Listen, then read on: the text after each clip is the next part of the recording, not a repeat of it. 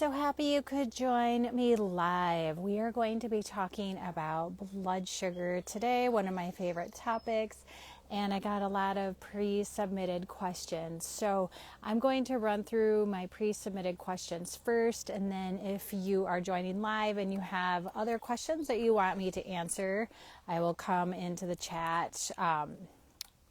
Okay, sorry, it looked like a pause there for a second. So, blood sugar. I'm mainly going to talk about the difference between blood sugars being high with stress versus food or your lifestyle or too much sugar in your body. And the reason why I did such a deep dive into this is because my own blood sugars started to go high in the morning despite intermittent fasting every day and eating a low carb approach. I'm like, what is going on? So for me, it was very much a stress response. So the first question that was sent to me was a very good one, and it was, how can stress cause high blood sugars? So I want to believe this if it didn't happen to me myself, but very much so. So when we have a stressful event, we have all these hormones that are put out, adrenaline, cortisol. And when we have a cortisol response, the natural response of our body is to increase blood sugar. And this is because,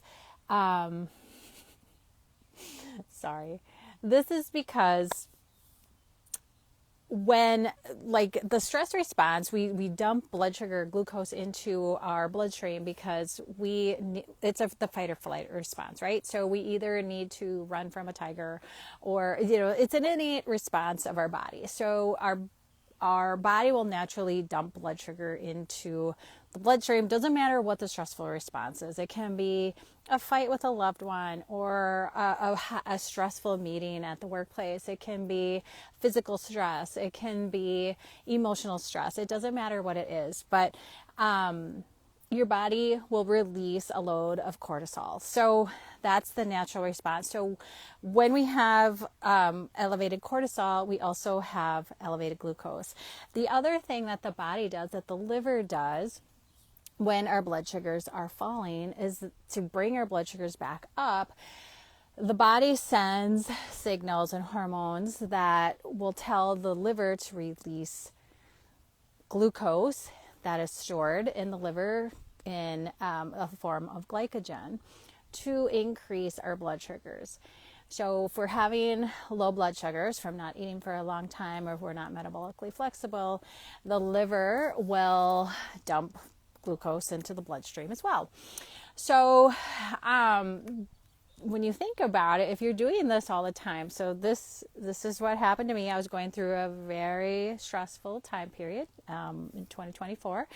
Lost both my parents and was cleaning out their home. Just lots going on. My business, I was trying to run it at the capacity that I had been running it for several years, but it just, time was not, emotionally, physically, I just couldn't handle that amount of stress anymore. And so I noticed my blood sugar started to creep up in the morning, and I had been intermittent fasting for about 16 to 18 hours every single day. And I'm like, I haven't eaten for 16 or 18 hours. How are my blood sugars high in the morning? It made absolutely no sense to me. But it was due to this cortisol response, this elevated stress response that I had going on. So I saw it firsthand. I started to freak out a little bit. I'm like, oh my gosh, what is, I've been teaching intermittent fasting for years. I'm a metabolic health specialist and I can't control my morning blood sugars. I'm eating low carb. I don't know what to do. And so I had to implement a lot of different strategies, and I actually developed an entire new course. I have had Low Insulin Academy available for years for people with high blood sugar, type 2 diabetes, pre-diabetes. But I didn't have any of those things. And I'm like, what is going on? So I developed an entire course called Cortisol Calm that will help you balance your cortisol response and get those blood sugars back in line where they're supposed to be. So you absolutely can have high blood sugars due to high cortisol production. And it happens a lot. I've seen, as I've you put this out in the open in the last year and a half or so, like a lot of women in my cohort, like my age, who have children, are running a business, like working full time, doing all the things, are in perimenopause and menopause. Like I see this is becoming more and more common, and they're, following a lifestyle that isn't conducive to having high blood sugars. And so what happens and what happened to me was I was intermittent fasting for years, like 4 to 5 years, almost every day. I was not eating breakfast until at least 11, 12, 1, sometimes 2 p.m. And because my blood sugar was so low for so long, this sent signals to my liver to dump glycogen and raise my blood glucose. And your body just kind of gets used to that. It's like, oh my gosh, like Shanna's not going to eat for a really long time today. We better dump this glycogen. And so that is a process called gluconeogenesis. And that kind of leads me into question number 2 from somebody who submitted, can you go into the dawn effect a little bit more? What is gluconeogenesis? Does having a snack before bed help with high blood sugars due to the dawn phenomenon or the dawn effect? So the dawn phenomenon ties into that whole cortisol regulation and our wake up time. So I'm sitting outside right now. Like I work outside whenever possible. This was a huge part of my recovery from adrenal fatigue and adrenal exhaustion. Adrenal exhaustion was what was causing my high morning blood sugars. And so being outside, having your feet on the ground, I live in Wisconsin, so I take advantage of being outside whenever possible. But that dawn phenomenon happens naturally in the early morning hours. For most people, it's somewhere between like 5 a.m. and 7 a.m. You get this natural surge of cortisol, which can bump up your blood sugar a little bit. It's not a huge bump. It's like some people wouldn't even notice it if they wore a glucose monitor, but for some people it's more pronounced. And the dawn phenomenon is a release of cortisol with your circadian rhythm that wakes you up. Like cortisol makes you productive and alert and makes you want to get up and do things. It's a good thing. Like I don't want you to think like cortisol is bad or insulin is bad. Like we need these hormones. It's just when we have high levels of them or they're unbalanced, that is where things become problematic.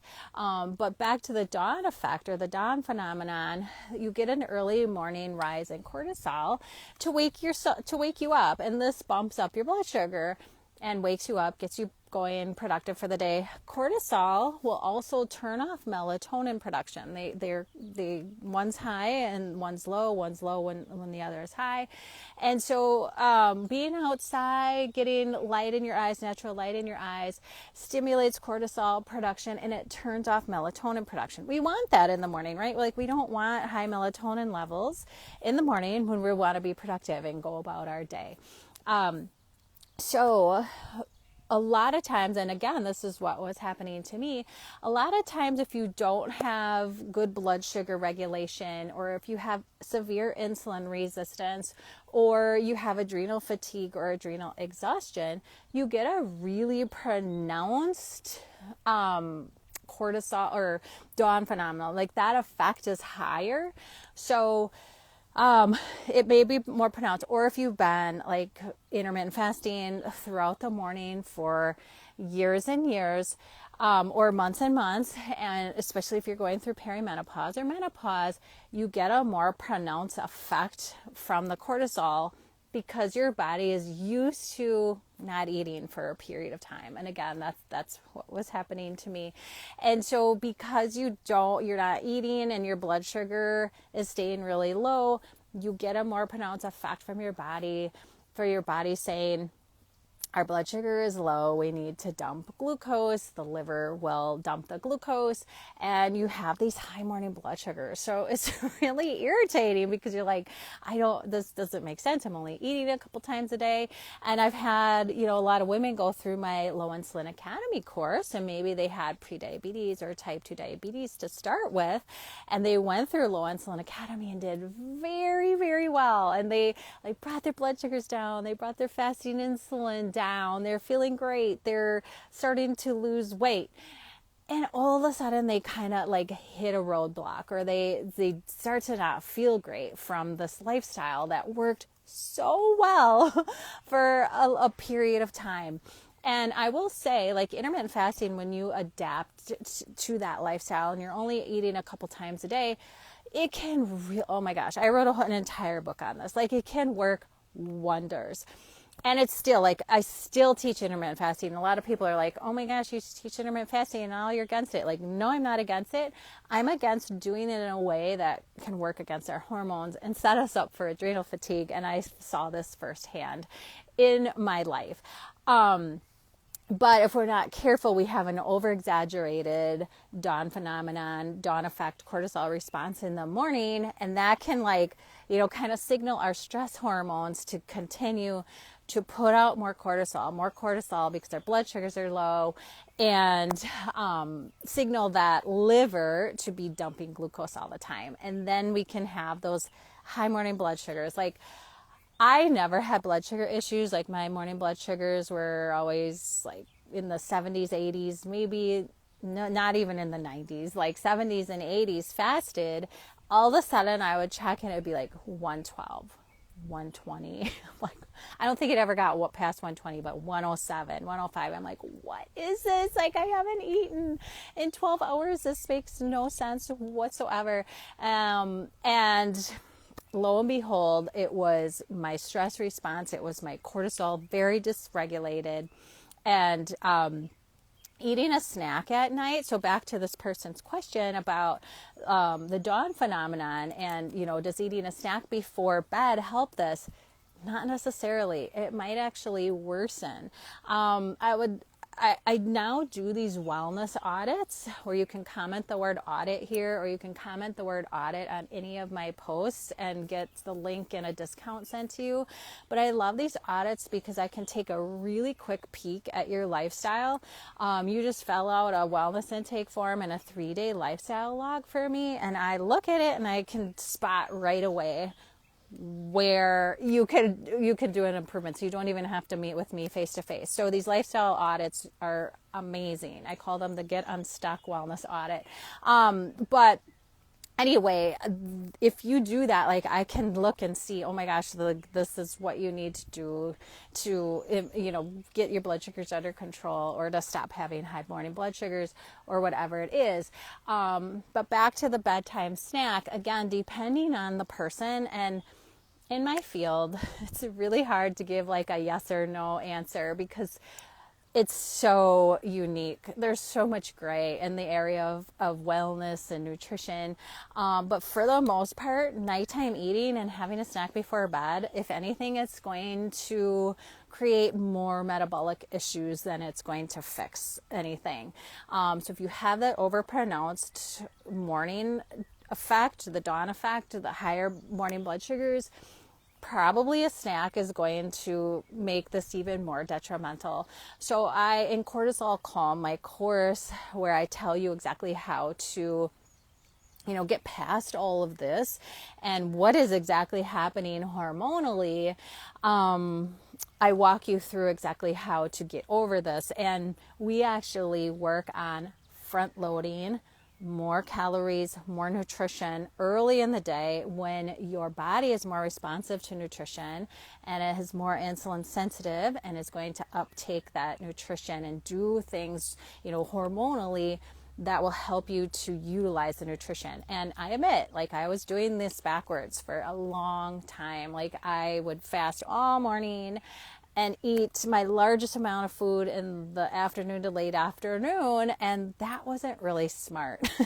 And it took me a long time to kind of go back and tweak things, and now I eat my biggest meal in the morning, and another good meal like late afternoon. And then oftentimes I don't eat dinner, like I'm just not hungry, or if I do, it's a very small amount of food. So I've kind of like front loaded my calories.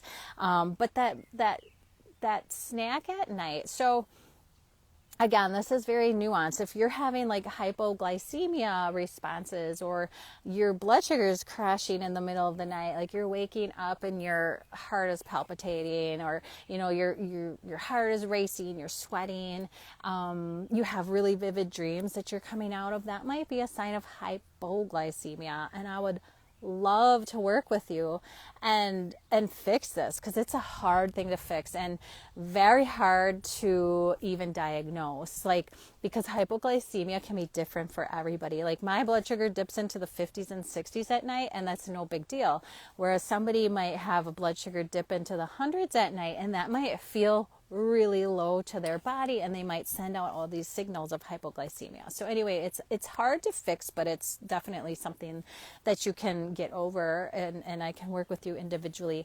But as a general rule, I try to get people away from eating at night at all. And this sometimes takes some work. It takes a while. For some people, it's really, really difficult to get away from this. But eating at night, even if it's just a snack, it's going to elevate your, it might not elevate your insulin too much depending on the food that you're eating. Like fat doesn't make much of an insulin response. But depending on what you're eating, it could cause a blood sugar response and a higher insulin response. And that sets you up for leptin dysregulation. And leptin's a whole other hormone that I am loving learning about and doing a deep dive into. And I'm actually putting out a mini course on leptin, because it's so important to regulate this hormone, this master circadian hormone, for appetite regulation and for fat burning. But what happens when we eat at night, we snack at night, it tends to elevate our insulin levels, and leptin and insulin compete in the brain for the same docking spot. I know that this is kind of getting nerdy, and I'm nerding out a little bit, but my whole point is, if your insulin is high or you're eating at night, leptin cannot give your brain a proper download of how much energy you have stored on the body. And that's important, because that will regulate your appetite for the entire next day. And so I have spoke a lot about insulin resistance and people having insulin resistance. But a lot of times the problem behind insulin resistance is leptin resistance and leptin dysregulation. And so eating at night is very detrimental for leptin signaling. And it's also just goes against our whole circadian rhythm and our circadian nature. So it can also elevate insulin. So if you have insulin resistance, you have blood sugar issues, the last thing you want to do is be eating at night. And so a lot of times when I'm working with people individually or in my courses, the very first thing we work on is our nighttime routine, and getting that regulated, getting the light regulated, getting our appetites regulated, because it's really hard. Like a lot of times people think, for weight loss, I'm just going to eat less, move more. There's so much more to that. If you're watching this, you probably know that. You're probably someone, similar to me, where you're in perimenopause or menopause, or you have some sort of metabolic dysfunction. You're struggling with your weight, and you're like, if it were easy, if all I had to do was eat less calories and exercise, like I wouldn't even be watching this, right? It goes far, far beyond that. But the nice thing is, like, I'm understanding weight loss and why we hold on to body fat so much better than I used to, because I understand leptin a lot better. And once you learn more about like all of the circadian hormones and how your body is just wanting to do certain processes at certain times, and when we go against our circadian biology, that's when we get inflamed and we start to gain weight, and we don't sleep well. And if we don't sleep well, we have huge issues. So that is, a long-winded answer to should I have a snack at night to help with my morning blood sugars.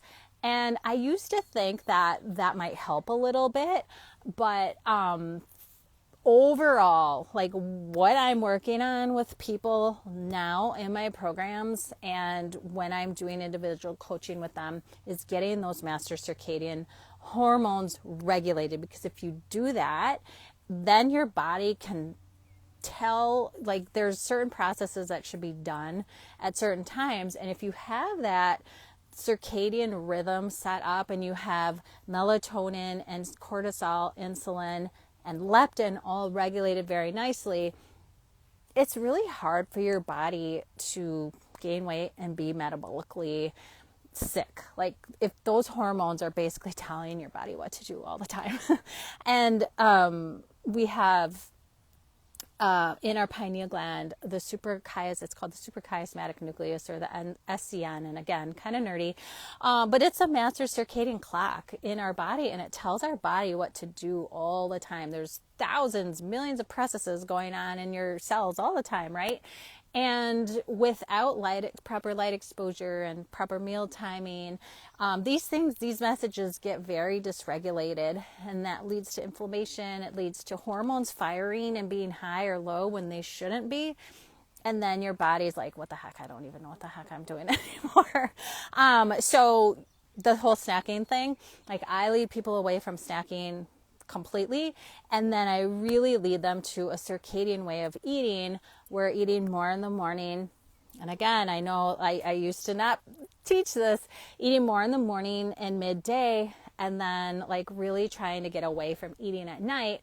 And a lot of times I'm done at eating at like 3 o'clock in the afternoon. I never thought my lifestyle would be like this, and like I'm just done for the day, and I don't eat again until the next morning. And it works so much better than sitting and starving all morning and being like, okay, I'm watching the clock, it's not noon yet, like I have 3 more hours before I could eat and I'm so hungry.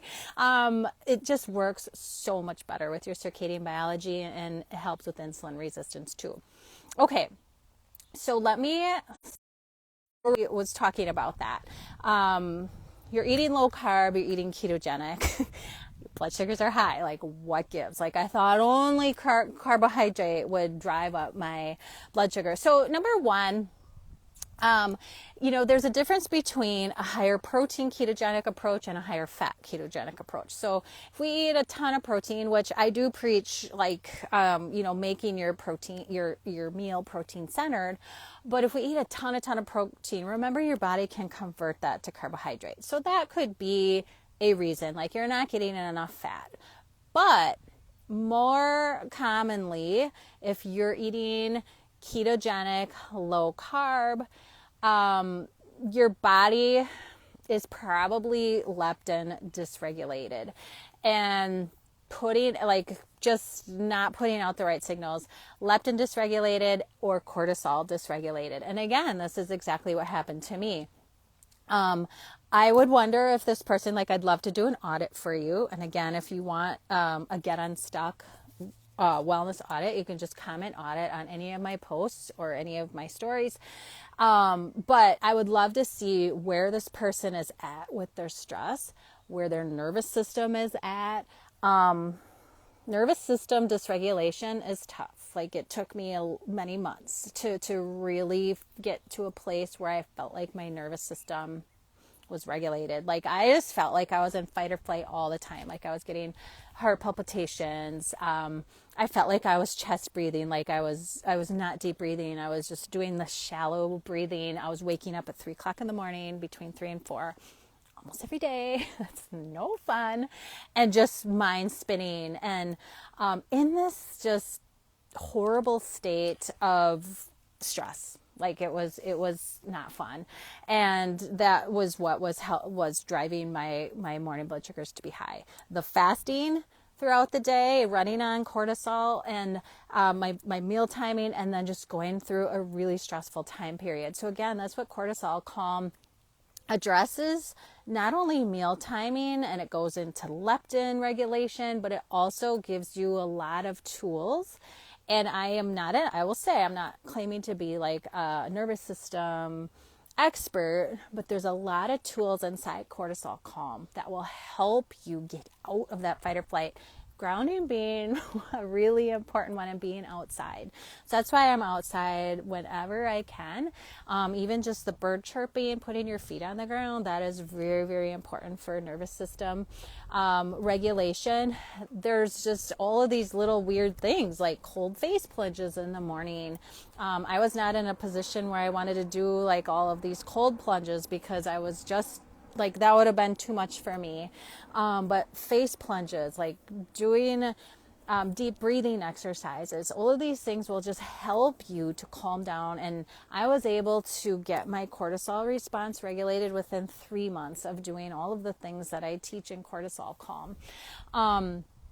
And so I didn't really go into much about how you even know if you have adrenal fatigue or adrenal exhaustion. Like, how do you know the high blood sugars are coming from a cortisol or a stress response, and not just from like, I'm eating like crap all the time, right? Like, I'm eating sugar and carbohydrates and processed food. Like, that would be more my prediabetes and type 2 diabetes folks. Like, you've just eaten, your lifestyle isn't very healthy.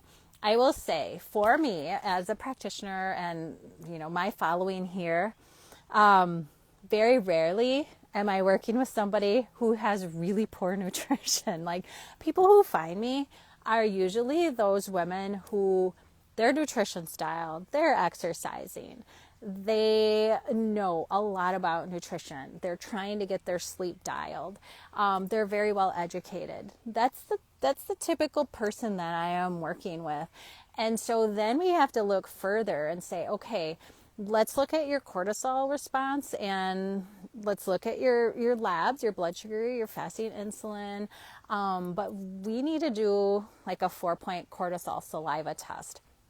And that is something that I can help you get. Like, as a practitioner, I can send it in a home kit. You can even get it off Amazon. And hey, it's Amazon Prime Day. Who knows? You might be able to get it at a discounted price. But it's a 4-point cortisol saliva test.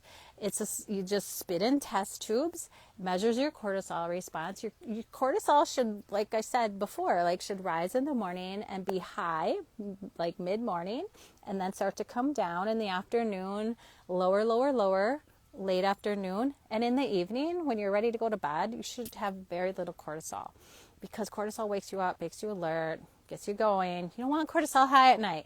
And so what I find with a lot of people that I work with, they have like this inverse cortisol response where their cortisol is low in the morning and high at night. And that makes you wired and tired. Like, you are so exhausted and tired, but your nervous system, or maybe you're exposing yourself to a lot of blue light at night, your cortisol is high at night, so you cannot settle down and go to sleep, and you can't stay asleep. You're waking up, and that is absolutely no fun. So that's one thing that I see with a 4-point cortisol saliva test, is kind of that inverse, or they have high cortisol all day. That's not good. Or even more often, with what I'm seeing with more and more clients that I'm working with inside Cortisol Calm, was they have a flatline cortisol response. And that's what I found with myself. And I kind of ignored it for 1.5 years. I didn't really know what to do with it. I'm like, oh, okay, I have no cortisol. Like, I don't know what to do. And so instead of this nice peak in the morning and the fall off in the afternoon and the evening, you're just flatlined. It's kind of like how, you know, like insulin, when insulin is high all the time, it just kind of stops responding in the cells, right? So you get to this point of adrenal exhaustion, it's called, where you just have flatline cortisol response because your cortisol is wonky. You're stressed, you know, you're just living this hustle culture lifestyle, which I am no longer in, that you just are stressed all the time, and your body just stops like reacting, like, oh my gosh, cortisol's high again, and it just like flatlines. And that is adrenal exhaustion. That's where I was at. That's where a lot of women my age that I'm working with are at. Like, they've just, the adrenal response is mainly due to light exposure, broken light signaling, but it's just gone so far that now they're in this boat of like, I don't know what to do anymore. And so if you get that cortisol saliva test, then I can say, like, a lot of times it's symptom related. Like, if people are telling me they're exhausted, they have high morning blood sugars, they have belly fat, they feel puffy, their face is puffy, they get sick a lot. They bruise really easily. They're very sensitive to light. Like, I used to not be able to just sit outside without sunglasses on because my adrenals were shot. Like, that's another symptom of adrenal exhaustion, is just like bright lights really bother you. Those things tip me off to probably you have some dysregulated cortisol going on. But then if we can look even further with the cortisol saliva test, and it's like, I think it's like $120 on Amazon, or like I said, if you're a student of mine, I can order it, a home kit, send it to your house, you spit in the test tubes, you send it back. It's pretty easy. That definitely will tip me off to, okay, it's more of a nervous system thing, and we need to work on, like, Cortisol Calm and Low Insulin Academy have some similar teachings, but the focus is different. So Cortisol Calm, we work on the nervous system stuff and the adrenal stuff and the circadian stuff, and Low Insulin Academy is more so like the food stuff and the blood sugar regulation and like the meal timing. Little bit of both in each course, but they do have a different emphasis, and so that's how I know, like, okay, this Cortisol Calm is really where we should put you, or you can work with me individually, or Low Insulin Academy is where you should go. And so that's the lab testing where you can kind of see, like, okay, this is what I need to do to know that my cortisol is dysregulated. It's such an easy test, but you want to make sure you get a 4-point, sometimes, or a 3-point at least, because sometimes if you ask your practitioner, can I get my cortisol tested? They'll say sure, and they'll test it in the bloodstream in the morning, which is fine, but you're only getting that one morning reading, and that doesn't really help me. You could say, oh, my cortisol is low in the morning, or it's high in the morning, but what is it doing the rest of the day? Like, we need to know what it's doing the rest of the day, so I can adjust my recommendations for you accordingly. So that is very, very helpful as far as lab testing to know, like, why the blood sugars are wonky. And then I did have another question that just came in this morning that said, let me read it exactly. I'm glad that I got this question because I was seeing this in myself as well. Like, my fasting. Okay, so back up. That's great that your A1C went from 6.4 to 6. That's still pre-diabetic. I like to see it under 5.4 for those who are wondering. This is a percentage. But that is a really great change in overall blood sugar. So your overall blood sugar average has decreased, which is amazing. But why did my fasting insulin go up? And again, there's a lot of factors that play into fasting insulin. I would love to look at this person's lifestyle in an audit, and just like, you give me your 3-day food log so I can see, and not just food, like lifestyle log, so I can see what you're doing. And then, make recommendations from there. And then I like to look at people's labs as well. So when you do your audit, I have you upload your labs and fill out an intake form, and then we look at your 3-day lifestyle log as well. But some key players with insulin, it doesn't make sense for your blood sugars to go down and your insulin to go up, right? So what I have found in the last couple of years with looking at myself and what I was doing, so I like to see fasting insulin between 2 and 6. I should say that as well. So this person has slightly elevated insulin, like intermediate insulin resistance, I would say. It's not like really advanced. It's just kind of beginning insulin resistance, but you definitely want to reverse it. And in the conventional system, this person would probably be told that their fasting insulin is fine, because in the conventional system, you can go up to as high as 24.9 and still get a normal fasting insulin, which is crazy. So 2 to 6 is where I like to see it. My fasting insulin, I started at 10.7, I believe, and that was after like 2 years of intermittent fasting and a lower carb approach. And then after that, I would test it, and it would be like between 7 and 8. which again is just a little bit slight insulin resistance. But I was like, what the heck? Like I eat under 100 carbohydrates pretty much every day. I intermittent fast. I only eat 2 meals a day. Sometimes I only eat 1 meal a day. Why is my fasting insulin still high? Like it didn't higher than what I wanted it to be. It wasn't until I got my cortisol regulated and brought the whole circadian lifestyle piece into play, where after I regulated my cortisol response and got that nice curve back, and I got out of that flatline curve, that all of a sudden I tested my fasting insulin. The last time it was 2.2. I was like, oh, finally. So there is something to be said about how blood sugar regulation and fasting insulin and all the hormones, like it goes beyond food. It goes beyond food and exercise. And I'm just so thankful. Like what I went through with my flatline cortisol and, you know, my high morning blood sugars, it was no fun. Like I felt like a hoax as a practitioner. I'm like, okay, I can't even like regulate my morning blood sugars. How can I be an expert telling anybody else? Like it was no fun. And I didn't say this on social media, but I was like inwardly panicking. Like, am I ever going to get these under control? It wasn't until I got that circadian piece and the proper meal timing and my adrenal and my cortisol, my melatonin, I started sleeping better and got that sleep back, that my fasting insulin finally fell into line. So this whole experience has taught me that it goes far beyond food and far beyond just food and exercise. Like there is the light piece about, you know, there's the light piece, there's the nature piece, there's the sleep piece. So looking at your sleep also, like if you're sleeping like crap or you're waking up every morning in the middle, like 3 a.m. to 4 a.m., that can be coming into play with your fasting insulin as well. So I don't have like an easy answer, like, oh, this is exactly why your labs did this.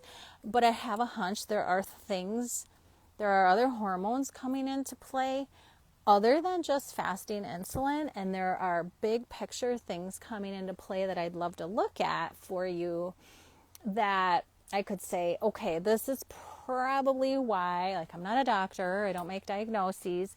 This is probably coming into play with your insulin. And so it doesn't always make sense. And I was frustrated with my fasting insulin as well. But it was when I brought the circadian piece and got my nervous system under control and my cortisol under control that I finally saw that fasting insulin like come down where it should. Gin from the muscle. Sorry if I went away there for a second. I was looking at that question.